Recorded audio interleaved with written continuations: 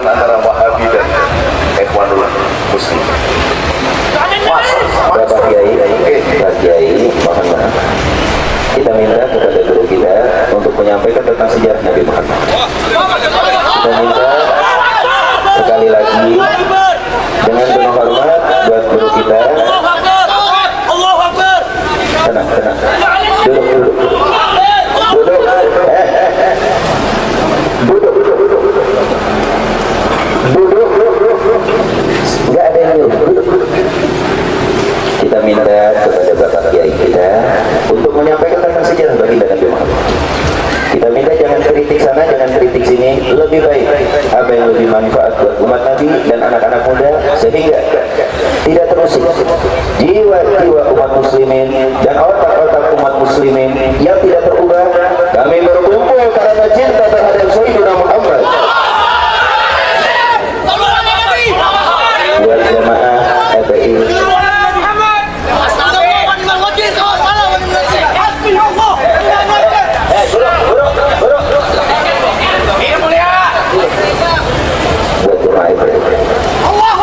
mau diwakilin kan? Mau diwakilin kan? Kalau emang dengerin, buat para pemuda, dengerin, buat FPI, jamaah FPI, dengerin, udah, ya. Jamaah FPI boleh nggak minta ngomong? Mau diwakilin ke Habib apa enggak? Mau diwakilin ke Habib apa enggak? Ini majelis mulia. Mau diwakilin, duduk rapi biar Habib ngomong. Oke? Duduk rapi biar Habib ngomong.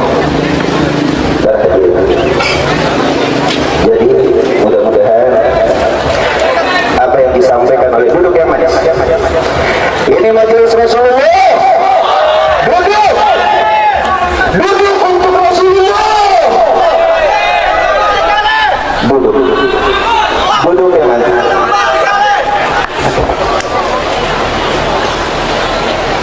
Buat anak PPI itu diminta aja, serahkan. Duduk. Shallu ala Nabi. Buat Bapak Ustadz kita, terima kasih atas ceramahnya. Mudah-mudahan bermanfaat. Kita doakan mudah-mudahan selamat dan panjang umur. Hadirin, mau kita selamat bersama ya Nabi. Sambil baca salawat, Bapak Kiai kita istirahat. Ya Rasul. Istirahat. Assalamualaikum warahmatullahi Alaika salawatullah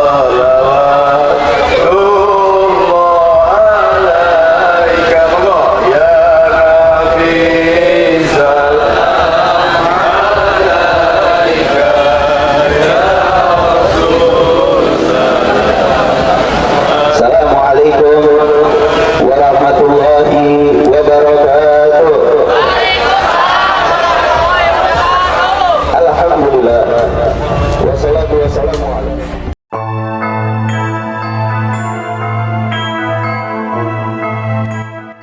Assalamualaikum warahmatullahi wabarakatuh. Alhamdulillahi rabbil alamin. Falhamdulillah. Pada sore hari ini kita bisa lagi bertemu di sini bersama Mbah Idwam Al-Juruti dalam konteks menjaga nasab besar Nabi Muhammad SAW yang sekian lamanya ternyata semakin besar tantangannya Mbah Idwam. Ya, sebelum kita melanjutkan yang lebih jauh, saya mau tanya dulu sama Mbah Idwam. Sehat Mbah Idwam? Alhamdulillah sehat. Masih kekeh kalau Pak Labib bukan Duriyatun Nabi? Abadan. Abadan.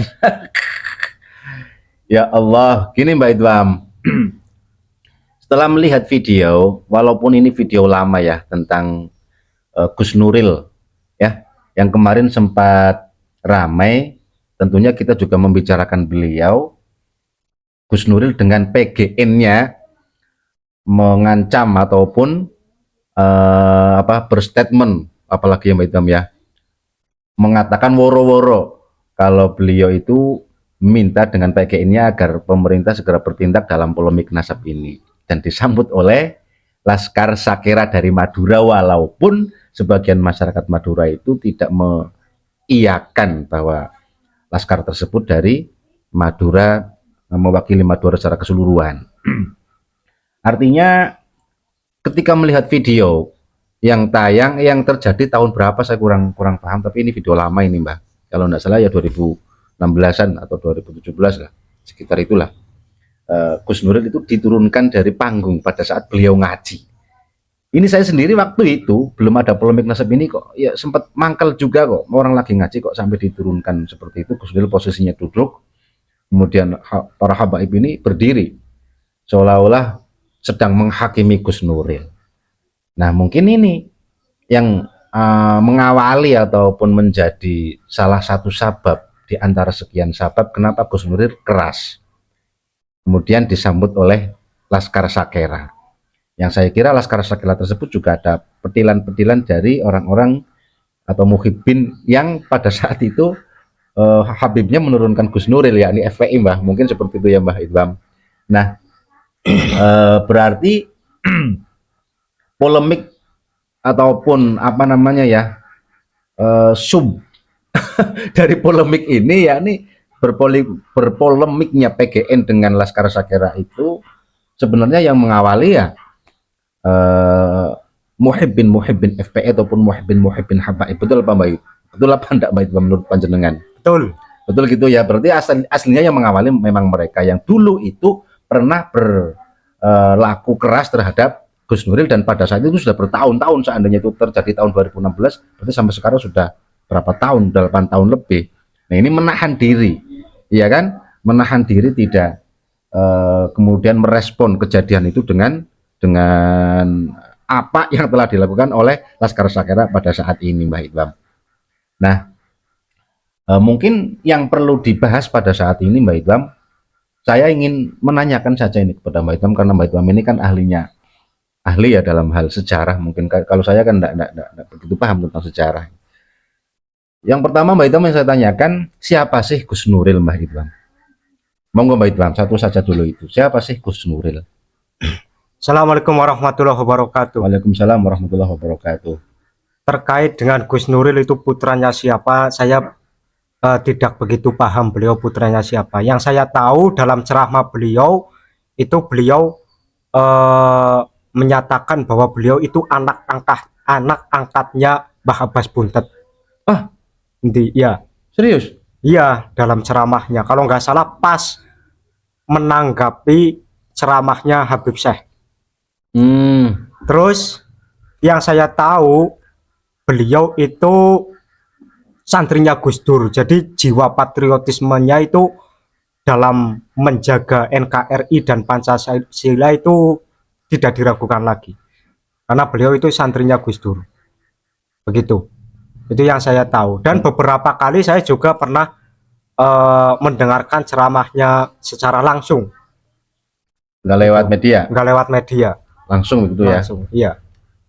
Dan isi konten-konten ceramahnya Gus Nuril itu memang tidak jauh berbeda dengan Panglima PWI kita Gus Abbas, yaitu tentang bahayanya Wahabi, bahayanya HTI dan lain sebagainya, atau gerakan-gerakan Islam yang membahayakan NKRI. Begitu konten-kontennya Gus Nuril kan begitu ketika ceramah. Ceramah ya, persis seperti Gus Abbas.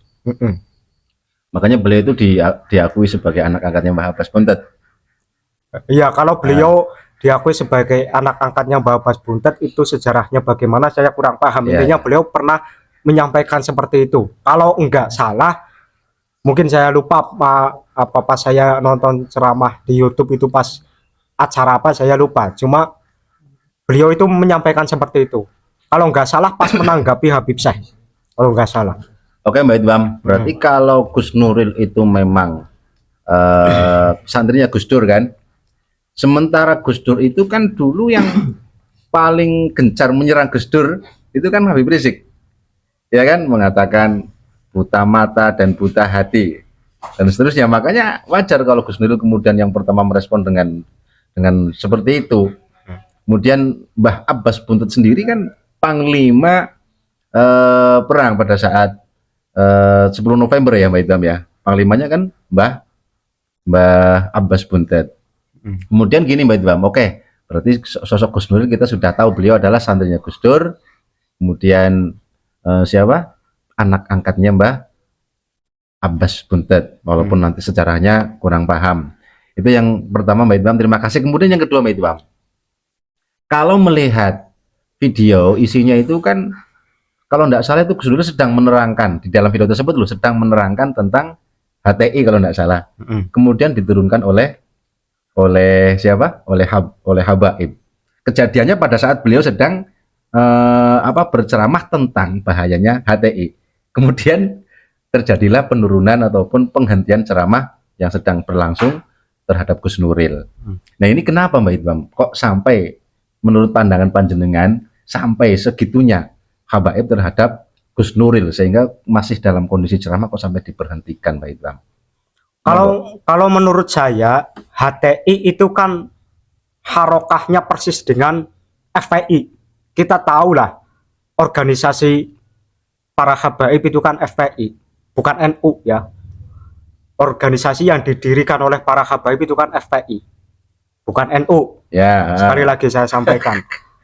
Jadi saya punya pandangan kenapa Habib tersebut menurunkan Gus Nuril, karena mungkin ya, ini nanti HTI juga FPI juga dibahas. Begitu. Jadi diturunkan beliau Gus Nuril. Itu menurut saya ya, sebelum kesana itu kan tadi kan bahas HTI dulu. Nah sebelum mungkin Habib tersebut punya punya kecurigaan nanti Gus Nuril juga membahas FPI, makanya dicegal ceramahnya, diturunkan. Itu menurut saya, menurut pandangan saya. Karena kita tahu HTI dengan FPI itu sama-sama ingin mendirikan khilafah. Tapi sekarang kalau kita yang dituduh Wahabi gimana itu Mbah? Dan sementara Wahabi itu kan juga sejalan dengan HTI. Ya nggak tahu itu kenapa kita dituduh Wahabi. Mungkin karena mereka itu kekurangan data melawan Kiai Imad, jadi datanya serampangan begitu. Oke baik Bang. Kemudian apa kejadian diturunkannya Gus Nuril pada saat ceramah oleh oknum habaib yang kemudian memuncak ya pada saat kita berpolemik nasab ini sampai terjadinya respon dari Laskar Sakera Madura itu, menurut panjenengan itu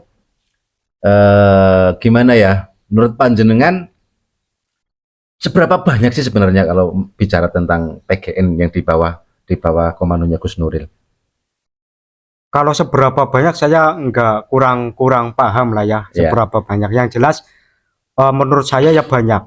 Menurut saya pasukannya Gus Nuril itu melebihi FPI atau paling tidak seimbang. Pasukannya ya begitu ya. Pasukannya.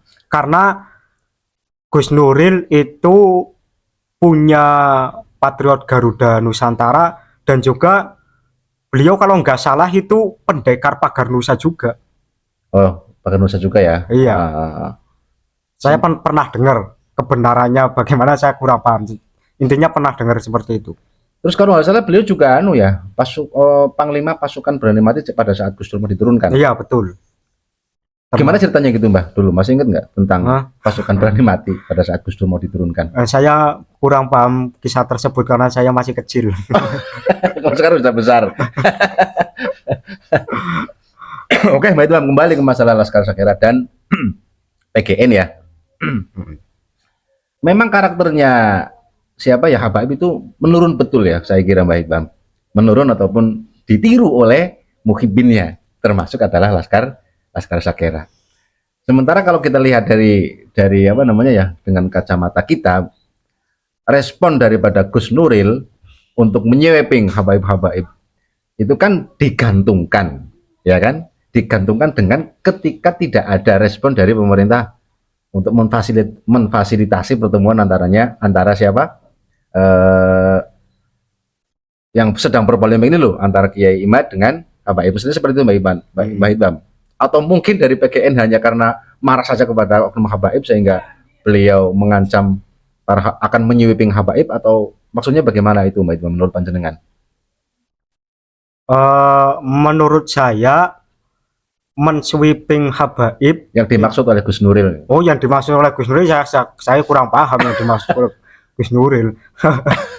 Enggak, maksud saya gini Mbak Hidam.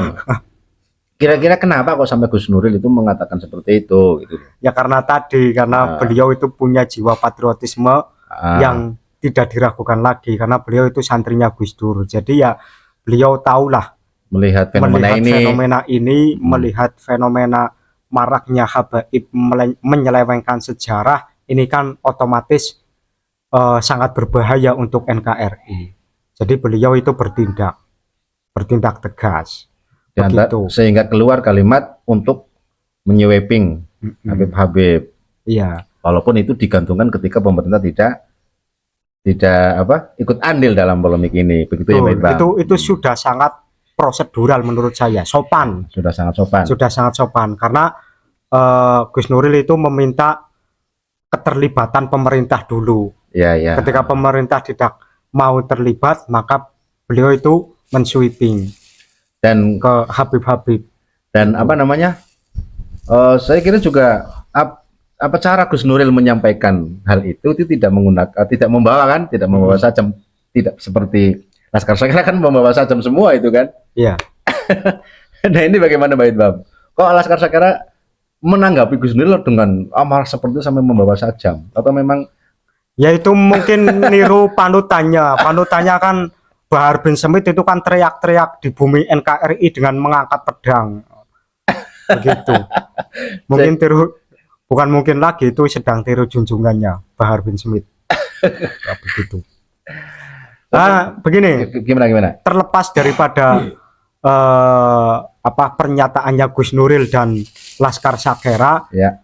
Kalau menurut saya setuju sekali ketika sweeping ke rumahnya Habib-Habib. Waduh, kok bisa? Ya karena kebatilannya Habaib itu juga door to door kok. Oh begitu. Oknum Habaib ketika mau ndawir kan door to door ke rumah-rumah. Maka kita sebagai menyampaikan kebenaran dalam hal ini itu ya harus berani door to door juga. Ya. Iya kan? Karena kebatilannya Habaib ketika ndawir minta uang terus jualan minyak wangi harga 15.000 dijual 1.500.000 itu kan masuk ke rumah-rumah. Maka kita harus berani masuk ke rumah-rumahnya Habaib satu-satu. Begitu. Walaupun tidak bisa diartikan kita masuk ke sana untuk, mohon maaf ya, untuk melakukan tindakan kriminal, enggak ya Mbak ya? Iya, enggak. Tapi harus berani. Sweeping itu artinya kita bisa diartikan seperti itu, masuk kemudian mengajak debat ya, atau mengajak diskusi kan, begitu ya Mbak ya? Bukan berarti diartikan melakukan tindakan-tindakan seperti apa yang dikira oleh ataupun disampaikan oleh Habib Bahar bin Smith ataupun Laskar Sakera, begitu Mbak Hidam ya? Iya. Kira-kira ini juga pasti berani nih ya Laskar PGN, mungkin Laskar Sabila juga Mbak Hidam? Ya berani pasti. Mengajak diskusi ya. Ya Allah, ini ternyata ya. Kemudian Mbak Hidam, kalau melihat beberapa video tentang oknum Habaib yang begitu keras kan terhadap kita kan, pribumi kan, dari dulu kan sebenarnya sudah banyak kan. Ada yang berantem di jalan itu kan sama polisi pada saat mobilnya dihentikan, pada kasus apa dulu ya, kalau tidak salah masalah corona kan, waktu itu pandemi. Nah itu juga kok begitu, orang yang katanya cucunya Kanjeng Nabi. Terus baru kemarin itu ada yang mobilnya diselip sama kiai, marah-marah itu kan. Itu siapa kalau bukan Habaib? Habaib juga itu. Ada yang marah-marah di ruang pengadilan ya ada. Itu kan menghina negara namanya. Nah mungkin itulah yang menjadi salah satu sekian sebab ya, sehingga ada kalimat yang keras dari PGN yang di bawah komandonya Gus Nuril. Termasuk Gus Fuad juga termasuk pendukungnya Kiai Imad yang keras kan. Nah sehingga teman-teman muhibbin Habaib terutama ini jangan kemudian mengartikan kita itu yang keras, seperti telah disampaikan oleh Mbak Ilham kemarin, orang Jawa itu memiliki sifat ngalah, kan dulu sudah lama ngalah. Ya, bertahun-tahun kita ngalah. Lah iya, kemudian ngalih kan, ngalih. Tapi ini kok kesini-sini semakin ngelunjak dan semakin menginjak-injak harga diri kita, ya pasti kita akan ngamuk. Oke, Mbak Ilham, mungkin ada yang disampaikan secara khusus ini oleh Mbak Ilham kepada para muhibbin, habaib yang masih sampai sekarang masih membenci kita, masih menyalahkan kita, masih mengatakan kita tidak mempercayai dzurriyyah Nabi dan seterusnya, Mbak Ilham, monggo. Enggak lah, saya dengan muhibbin itu enggak begitu respect. Saya itu maunya dengan Habibnya langsung. Muhibbin enggak begitu penting bagi saya. Pengennya langsung sama Habibnya. Iya. Karena sebenarnya kita kan Konfliknya dengan habaib, bukan dengan muhibbin. Muhibbin itu kan masih secara genetika masih mungkin, sama dengan kita. ya masih sama dengan kita. Masih sama-sama orang pribumi asli. Kalau habaib kan enggak gitu. Oh, nggak mau berarti Mbak Ilham nggak mau ini Bukan enggak mau, enggak penting dengan muhibbin. nggak penting. Enggak begitu penting. Oke, nggak penting, muhibbin nggak penting, yang penting itu habaibnya ya. Iya. Mungkin itu dulu Mbak Ilham ya, terkait dengan masalah awal mula ataupun sabab-musabab terjadinya ketegangan antara PGN yang dibawa Komando Gus Miru dengan Laskar Sekira Madura. Iya. Terima kasih Mbak Ilham, mudah-mudahan sehat selalu, diberi ilmu laduni sehingga nanti bisa cepat hafal, kan sampean masih muda ini, masih bisa untuk istri 4. Mudah-mudahan nanti diberi kesehatan, rezeki yang lapang dan ilmu laduni tentunya agar mampu menjadi waliullah seperti halnya para habaib. Terima kasih Mbak Ilham. Ya, guyu Mbak Ilham biar nggak sepanang, soalnya saya lagi sepanang banget ini Mbak Ilham. Begini saudara, teman-teman semua, segini dulu diskusi kali ini, mudah-mudahan ada barokah dan manfaatnya. Amin. Maaf atas segala kekurangan. Akhirul kalam, ihdinas siratal mustaqim. Assalamualaikum warahmatullahi wabarakatuh.